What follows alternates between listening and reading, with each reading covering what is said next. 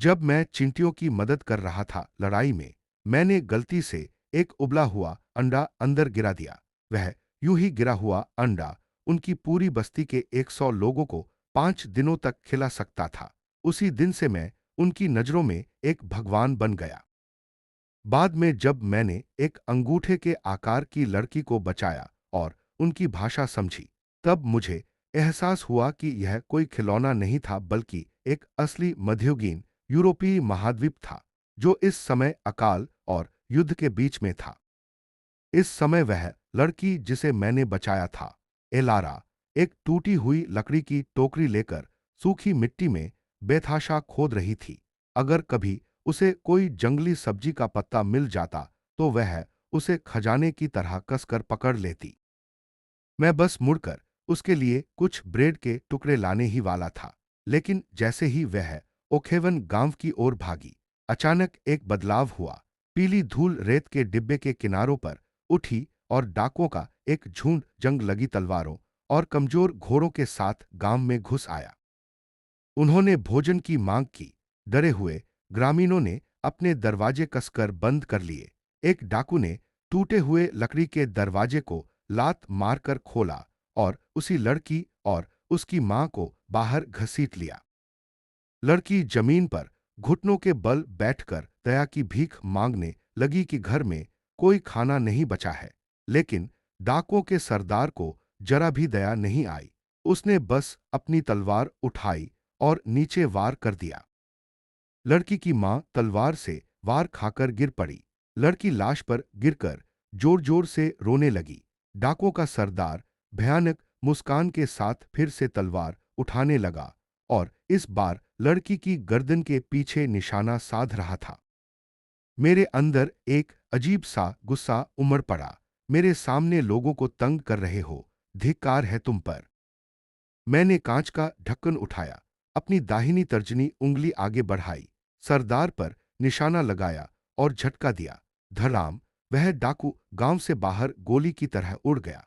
हवा में लकीर खींचता हुआ मिट्टी में जा गिरा। उसकी गर्दन अजीब कोण पर मुड़ गई और वह वहीं मर गया। इस एक झटके के साथ डिब्बे में सन्नाटा छा गया। डाकू घबरा गए कि क्या हुआ, सरदार कैसे उड़ गया। उन्होंने चारों ओर देखा लेकिन मुझे नहीं देख पाए। आखिरकार उनकी क्रूर नजरें जमीन पर पड़ी लड़की पर टिक गईं कि क्या यह कोई चुड़ैल है। एक और डाकू सरदार तलवार निकालकर लड़की की ओर बढ़ा। मैंने तिरस्कार से देखा और उंगली बादलों में ले जाकर निशाना लगाया और झटका दिया। धप! दूसरा सरदार दर्द भरी चीख के साथ पीछे उड़ गया। उसके सारे हड्डियां टूट गईं और वह जमीन पर चिपक गया। बाकी डाकू डर के मारे इधर-उधर भागने लगे जैसे सिर कटी मक्खियां। इसी समय लड़की ने अपना सिर उठाया। उसकी नजरें बादलों को चीरती हुई सीधे मेरी आंखों से टकराईं। उसकी आंखों में निराशा, डर और हल्की सी उम्मीद थी। वह घुटनों के बल गिर गई और गहराई से झुककर बोली, हे सर्वशक्तिमान प्रभु, हमें बचाइए। मेरा दिल कांप उठा। यह कोई खिलौना नहीं था, ये सच में जीवित लोग थे। कुछ डाकू अभी भी लड़की को पकड़ने की कोशिश कर रहे थे। मैं पूरी तरह गुस्से में आ गया। तुम सब नर्क में जाओ। मैंने अपना दाहिना हाथ उठाया, हथेली फैलाई और जोर से डाकुओं पर पटक दिया। हवा और गरज की आवाज गूंज उठी। धप! एक डाकू चपटे पैनकेक जैसा हो गया। धप! दूसरा। धप धप धप! हर वार के साथ जमीन पर खून का तालाब बनता गया। कुछ ही सेकंड में दर्जनों डाकू खत्म हो गए, कीमे की तरह जमीन पर फैल गए। मैंने हाथ पीछे खींचा। वह पूरी तरह खून से सना हुआ था, असली खून। मैं कुर्सी पर पीछे टिककर देखता रहा कि ग्रामीण घरों को ठीक कर रहे हैं, हथियार इकट्ठा कर रहे हैं और लाशों को दफना रहे हैं। यह डिब्बा एक जीवित लघु दुनिया से जुड़ा हुआ था। हाथ धोने के बाद मैं तुरंत सो गया। लगातार जागने और तेज उत्तेजना के कारण मैं बेहोश सा हो गया। जब मैं उठा तो अगली सुबह हो चुकी थी। मैं तुरंत बिस्तर से उठा और उस डिब्बे के पास भागा। एलारा फिर से गांव छोड़ चुकी थी। वह कमजोर कदमों के साथ टूटी हुई टोकरी लेकर फिर से सूखी मिट्टी में खाना ढूंढ रही थी। वह भूखी थी और ज्यादा देर तक जीवित नहीं रह पाएगी। मैं बोल पड़ा कि इस लड़की की हालत बहुत कठिन है। जैसे ही मैंने कहा, एलारा जैसे बिजली का झटका लगने पर कांप उठी। उसकी नजरें फिर से आयामों को पार करती हुई मेरे चेहरे से टकराईं। हे दयालु प्रभु! वह कांपते हुए जमीन पर गिर गई और बोली कि मैं बहुत भूखी हूं, कृपया दया कीजिए और मुझे बचाई। उसे भोजन चाहिए था। मैं रसोई में भागा। वहां 2 ताजे उबले हुए अंडे थे। मैंने एक उठाया, ठंडे पानी से ठंडा किया और उसका छिलका उतार दिया। मैंने धीरे से कहा कि लड़की, यह तुम्हारे लिए भोजन है। एलारा सख्त होकर आश्चर्य से आसमान की ओर देखने लगी। मैंने अंडे को 2 उंगलियों से पकड़ा, धीरे से डिब्बे में डाला और उसके सामने रेत पर रख दिया। लड़की का मुंह खुला रह गया। वह पूरी तरह स्तब्ध थी। उसके दृष्टिकोण से यह अंडा नहीं था। यह एक प्राचीन विशाल जीव का अंडा था, लगभग 30 मीटर लंबा और 10 मीटर ऊंचा, बिल्कुल सफेद, भयानक गर्मी छोड़ता हुआ उसके सामने मांस के पहाड़ की तरह पड़ा था। वह भयभीत हो गई। वह कई कदम पीछे लड़खड़ाई और हकलाते हुए बोली, क्या क्या यह एक अंडा है? यह उबला हुआ है? सीधे खा लो, मैंने कहा। उसने हिम्मत जुटाई, आगे झुकी, खुद को उस पर फेंक दिया और अंडे के सफेद हिस्से का एक बहुत बड़ा कौर लिया। अगले ही पल उसने काटे गए निशान के किनारों को दोनों हाथों से पकड़ लिया, अपना पूरा सिर जर्दी में गाड़ दिया और पागल औरत की तरह बड़े बड़े घूंटों में निगलने लगी, संतोष भरी दबी दबी आवाजें निकालते हुए। कुछ कौर लेने के बाद उसने अचानक अपना सिर बाहर निकाला और संकोच से आसमान की ओर देखते हुए बोली, हे प्रभु, हे पवित्र, क्या क्या मैं गांव वालों को साथ में खाने के लिए बुला सकती हूँ? मैं इसे अकेले खत्म नहीं कर सकती और यह कल तक खराब हो जाएगा। मैं मुस्कुराया। यह लड़की सच में दयालु दिल वाली थी। जाओ, सबको बुला लो। लड़की ने उत्साह से अपनी छाती पर क्रॉस का निशान बनाया, जोर से जर्दी का एक मुट्ठी जितना टुकड़ा तोड़ा, उसे अपने हाथों में पकड़ा और गांव की ओर दौड़ पड़ी। भाई गैरिक, गांव के मुखिया थॉमस, सब लोग जल्दी आओ, यहाँ खाना है। कुछ ही समय में गांव के सभी 42 लोग उस विशाल अंडे के सामने इकट्ठा हो गए। 42 जोड़ी आंखें पूरी तरह खुली रह गईं। गांव के मुखिया थॉमस की दाढ़ी कांप रही थी। क्या क्या यह सच में भगवान द्वारा प्रदान किया गया है? ताकतवर आदमी गैरिक, जिसने एक कौर लिया था, बेतहाशा सिर हिलाते हुए बोला, इतना सुगंधित! मैंने अपनी जिंदगी में कभी इतना सुगंधित कुछ नहीं खाया। गांव के मुखिया ने तुरंत निर्णय लिया, गैरिक, एक चाकू लाओ और इसे काटो। हर परिवार को एक बड़ा हिस्सा मिलेगा। कोई छीना झपटी नहीं। गांव वाले टूटे हुए लकड़ी के टब और टूटे हुए मिट्टी के कटोरे पकड़े हुए खुशी खुशी अंडे की जर्दी और सफेदी काटने लगे। बांटने के बाद भी आधे से ज्यादा वहीं बचा रह गया। वे उसे हिला नहीं सकते थे, इस डर से कि अंडा सड़ जाएगा और वातावरण को प्रदूषित करेगा। मैंने अपना हाथ अंदर डाला, बचे हुए हिस्से को उठाया और सहजता से उसे कूड़ेदान में फेंक दिया। इस विशाल अंडे का सीधे ऊपर उठ जाना का दृश्य देखकर गांव वाले अपने घुटनों पर गिर पड़े। 42 लोग एक साथ घुटनों के बल बैठ गए और आमीन चिल्लाने लगे। यह ठीक नहीं था। केवल उबले अंडे खाना असंतुलित पोषण का मतलब था। मैंने जल्दी से कुछ कपड़े पहने, नीचे भागा और सीधे सुपरमार्केट की ओर चला गया।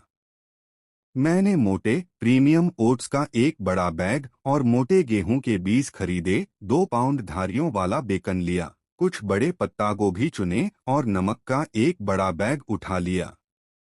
घर वापस आकर मैंने अनाज का बैग काटकर खोला और मुट्ठी भर बर्फ जैसे सफेद मोटे गेहूं के बीज उठा लिए। गेहूं की खुशबू मेरी नाक से टकराई। मैंने एक आवर्धक कांच उठाया और लड़की की टूटी हुई फूस की झोपड़ी की ओर निशाना साधा। अंदर पूरी तरह खाली और सूना था। अच्छा, यह तो मजेदार नहीं है।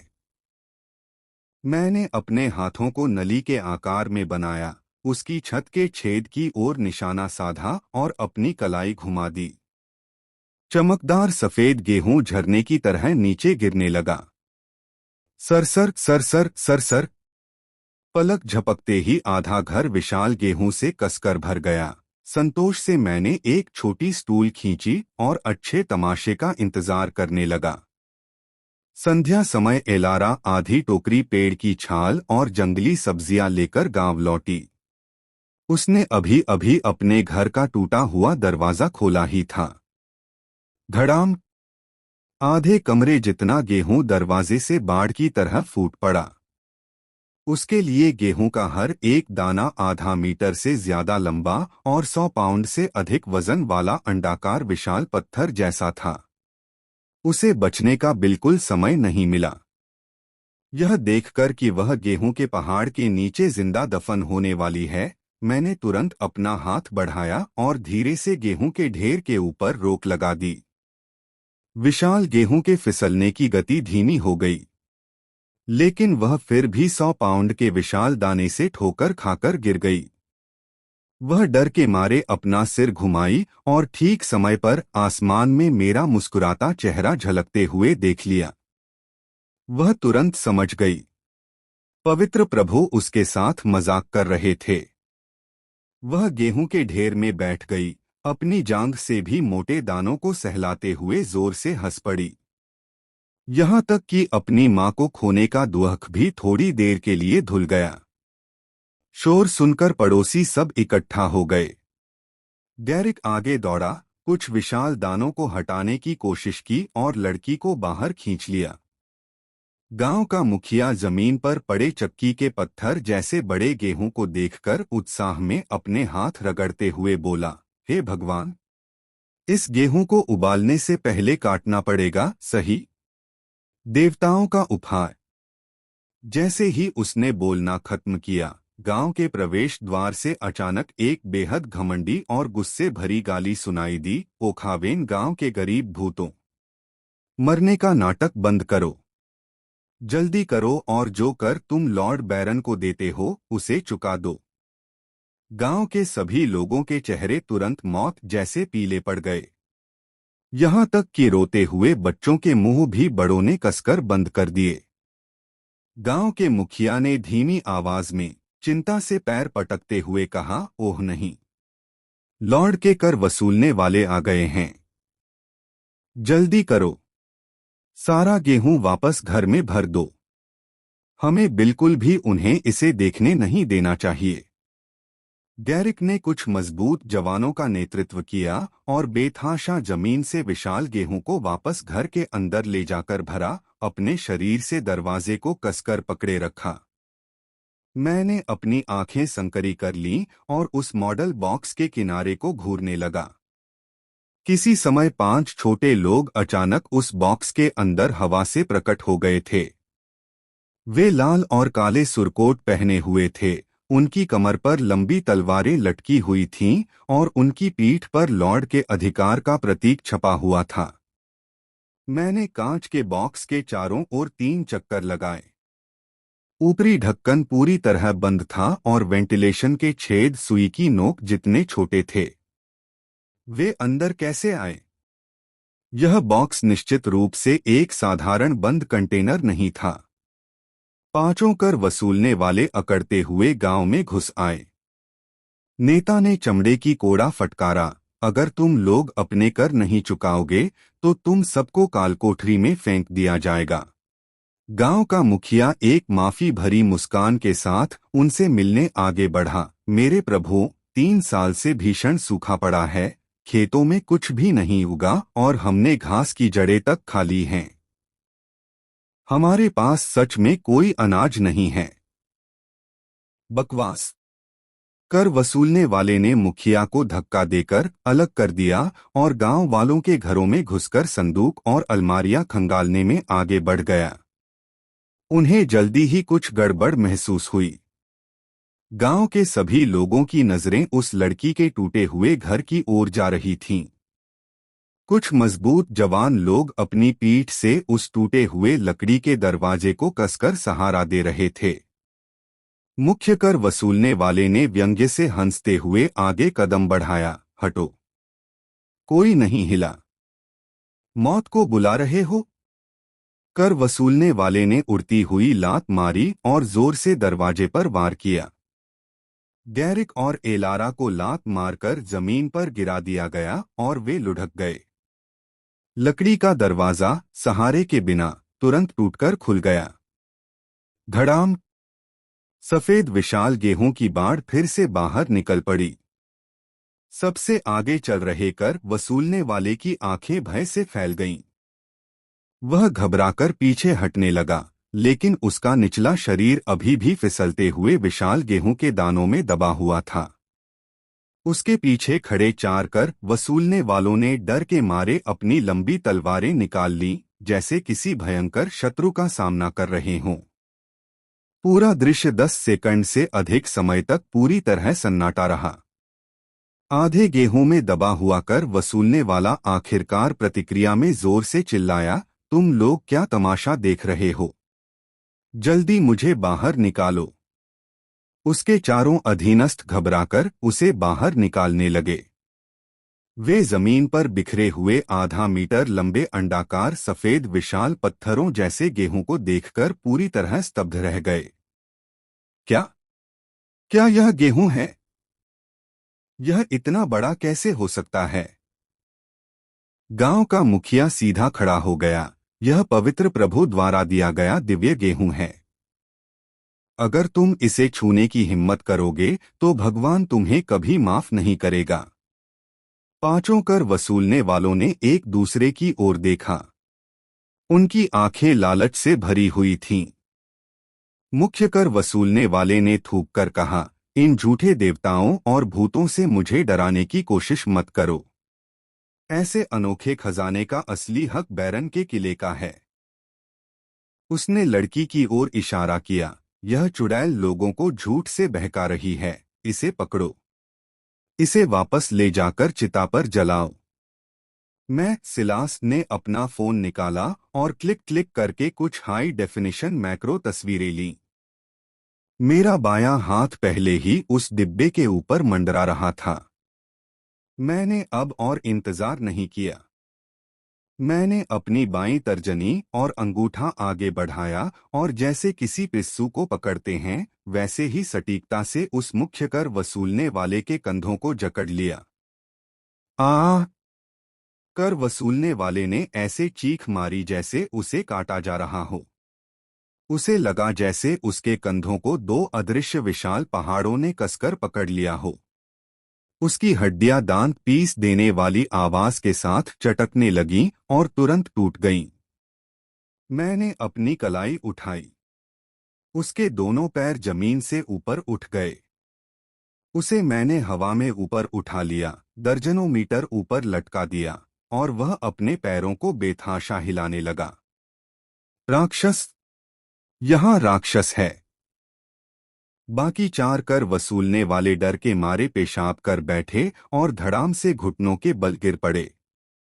हवा में लटका हुआ कर वसूलने वाला खुद पर काबू खो बैठा और रोते हुए भीख मांगने लगा, दादा, भगवान, मेरी जान बख्श दो। यह नीच व्यक्ति अब कभी हिम्मत नहीं करेगा। मैंने घृणा से होंठ टेढ़े कर लिए। मैंने गहरी सांस ली, जमीन पर घुटनों के बल बैठे 4 कर वसूलने वालों की ओर निशाना साधा और जोर से फूंक मारी। भूश बूम! जमीन से तेज हवा का झोंका उठा।